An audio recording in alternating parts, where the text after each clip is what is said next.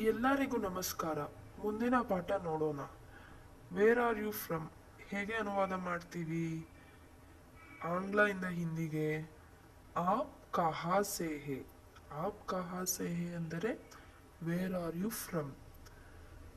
How are you.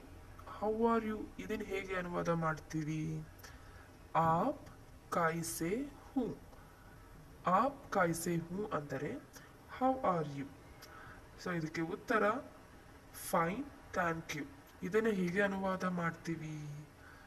Fine thank you ಅಂದರೆ ಟೀಕ್ ಹೂ ಧನ್ಯವಾದ್.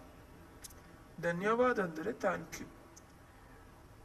ಅಥವಾ nice to meet you. Nice to meet ಯುನ ಹೇಗೆ ಅನುವಾದ ಮಾಡ್ತೀವಿ? ಆಪ್ ಸೆ ಮಿಲ್ಕರ್ ಅಚ್ಚಾ ಲಗಾ. ಆಪ್ ಸೆ ಮಿಲ್ಕರ್ ಅಚ್ಚಾ ಲಗಾ ಅಂದರೆ ನಿಮ್ಮನ್ನು ನೋಡಿ ತುಂಬ ಖುಷಿ ಆಯಿತು.